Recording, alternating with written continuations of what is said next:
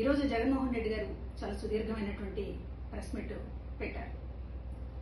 ఎక్కాల్సిన రైలు ఒక జీవితకాలం లేట్ అన్నట్లు అసెంబ్లీ సమావేశాలు అన్నీ అయిపోయిన తర్వాత తీరుబడిగా మాడిపోయిన మసాలా దోశను రాష్ట్ర ప్రజల ముఖాన పడేసినట్లుగా ఆయన చాలా కూలుగా విషయాలు మాట్లాడారు.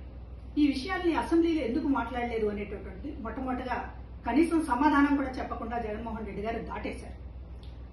వందల కోట్ల రూపాయలు ఖర్చు పెట్టి ప్రతిరోజు అసెంబ్లీ సమావేశాలని 16 రోజుల పాటు నిర్వహిస్తే ఒకరోజు కూడా ఆయనతో పాటు ఆయన ఎమ్మెల్యేలు కూడా అసెంబ్లీకి రాకుండా రాష్ట్ర ప్రజల సమస్యల మీద మాట్లాడకుండా తీరుబడిగా 20 రోజుల తర్వాత విలేకరుల సమావేశం అంటూ పెట్టి ఆయన మాట్లాడినటువంటి మాటలు అసందర్భం, అసత్యాలు. అసందర్భంగా ఈ రోజున ఆయన మాట్లాడినటువంటి తీరు చాలా ఆశ్చర్యం కలిగించింది. ఒకటి, ఆయన ఆర్థిక విధ్వంసం గురించి ఏదో మాట్లాడారు. అప్పులు చేస్తున్నారు రాష్ట్ర ప్రభుత్వం అనేటటువంటి దీంతో మాట్లాడుతూ కాగ్ రిపోర్టుని కోట్ చేశారు. అయ్యో జగన్మోహన్ రెడ్డి గారు, కాగ్ రిపోర్టుని మీరు కోట్ చేయాలి అనుకుంటే గతంలో మీ హయాంలో కాగ్ రిపోర్టు ఏం చెప్పింది అనేటటువంటిది కోట్ చేసి ఉంటే బాగుండేది కదా. కాగ్ రిపోర్టు మా ప్రభుత్వానికి చాలా కితాబిచ్చింది అని మీరు ఏదైనా చూపించదలుచుకుంటే ఆ స్లైడ్ ఎందుకు వేయలేకపోయారు?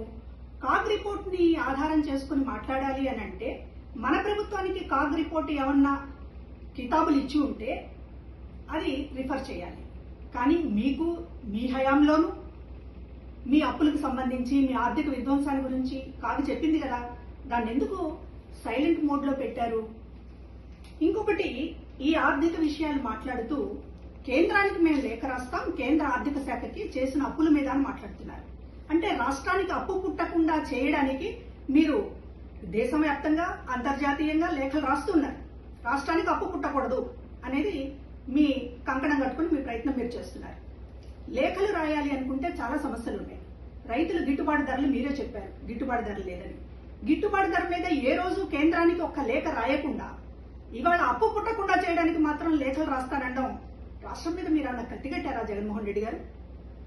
ఇంకొకటి, మహిళల వేధింపులపైన చంద్రబాబు గారి చర్యలు తీసుకోవడం లేదు అని మాట్లాడారు.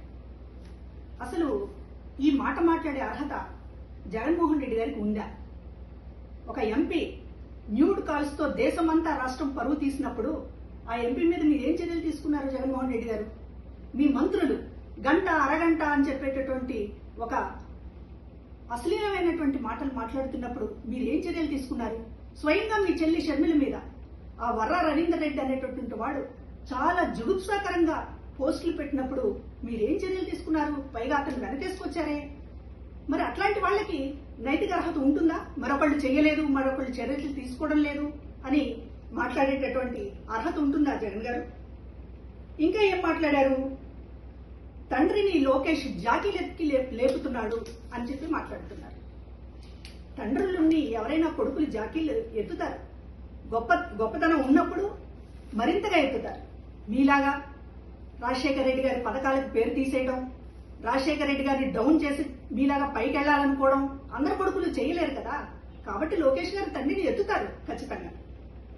ఇంకా విషయం, కల్తీ నెయ్యి పరకామణి చోరీ గురించి అంత సుదీర్ఘంగా మాట్లాడుతుంటే రాష్ట్ర ప్రజలకు అనుమానం వస్తుంది. ఎందుకంటే ఇప్పటిదాకా మీ ప్రమేయం ఉందని ఎవరు అనుకోవట్లేదు. సరే, ఏదో జరుగుంటుంది అనేటటువంటి ఉద్దేశంతో ఉన్నప్పటికీ కూడా మీరు పదే పదే అసలు ప్రెస్ మీట్ పెడుతున్నదే దానికోసం అన్నట్లుగా. కల్తీ నెయ్యికి సంబంధించి, పరకామణికి సంబంధించి చంద్రబాబు గారికి, లోకేష్ గారికి కాస్త బురద పూద్దామని చేస్తున్నటువంటి ఒక విస్తృతమైనటువంటి ప్రయత్నం చూస్తుంటే దొంగే దొంగ అని అరిచినట్లుందే.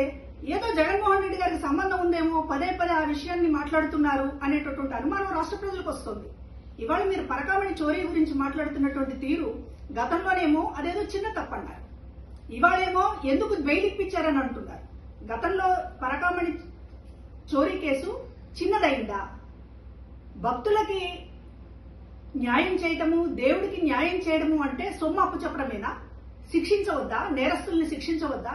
మీరు ఆ తప్పు చేసి ఇవాళ నాకు దేవుడి మీద చాలా భక్తి ఉంది, లేకపోతే ఇతర విషయాలన్నీ కూడా మాట్లాడుతున్నటువంటి తీరు చూస్తుంటే మీ పాపాన్ని కడుక్కోవడానికి ఎదుటి వాళ్ళు కూడా బురదలో ఉన్నారు అని చెప్పేటటువంటి ప్రయత్నం చూస్తుంటే మాత్రం ఖచ్చితంగా తిరుపతి విషయంలో మీరేదో దాస్తున్నారు.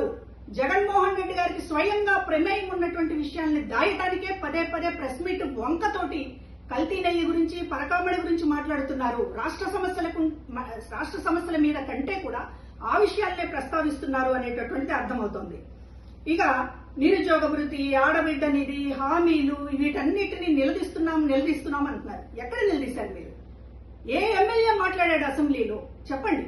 నిలదీశామంటే ఏంటి? విలేకరుల సమావేశంలో కదలకుండా కుర్చీలో కూర్చుని మాట్లాడడమా? మీకు అధికారం ఇచ్చింది ఎందుకు? అసెంబ్లీలో ఎందుకు నిలదీయలేకపోతున్నారు? మీ కాళ్ళు చేతులు పడిపోయినాయా?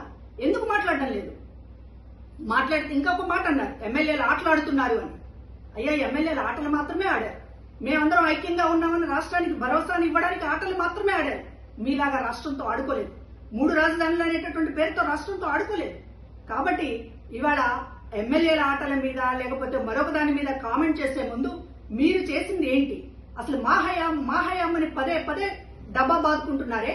మీ హయాం అంత గొప్పగా ఉంటే ఎందుకు మిమ్మల్ని ఓడించారు? ఎందుకు మిమ్మల్ని 11 సీట్లకు పరిమితం చేశారు? ప్రజల గొంతును మీరు వింటున్నారా? ఎప్పుడైనా వింటున్నారా? చుట్టూ మంది మార్బలన్నేసుకుని సీఎం జగన్ అని అరిపించుకోవడం తప్ప ఒక ప్రజల దగ్గరికి వెళ్లి, ఒక ప్రజల గుంపు దగ్గరికి వెళ్లి ఎందుకు మీరు నాకు ఓట్లు వేయలేదని మీరు ఒక్కరోజైనా అడిగారా? 2 ఏళ్లలో కనీసం మీ నాయకులను అడిగారా? కనీసం మీ కార్యకర్తలను అడిగారా? అదంతా పోయి మా హయాం ఏదో స్వర్ణయుగం. ఏం స్వర్ణయుగం అండి మీ హయాము? మీ హయాం స్వర్ణయుగం కాదు, ఒక రాక్షస యుగం అనే కదా ప్రజలు తీర్పిచ్చింది. దాన్ని మీరు చెవికెక్కించుకోకుండా పదే పదే విలేకరుల సమావేశంతో మళ్ళీ ఎందుకు మాకు రీల్ చూపిస్తున్నారు? మీ రాక్షస కాండని మళ్ళీ రీల్ చేసి చూపిస్తున్నారు తప్ప మీ హయాం గురించి కనీసం మీరు ఇప్పటికైనా సరే వాస్తవాలు తెలుసుకోండి, సరిదిద్దుకోండి. ఇది నా విన్నపం.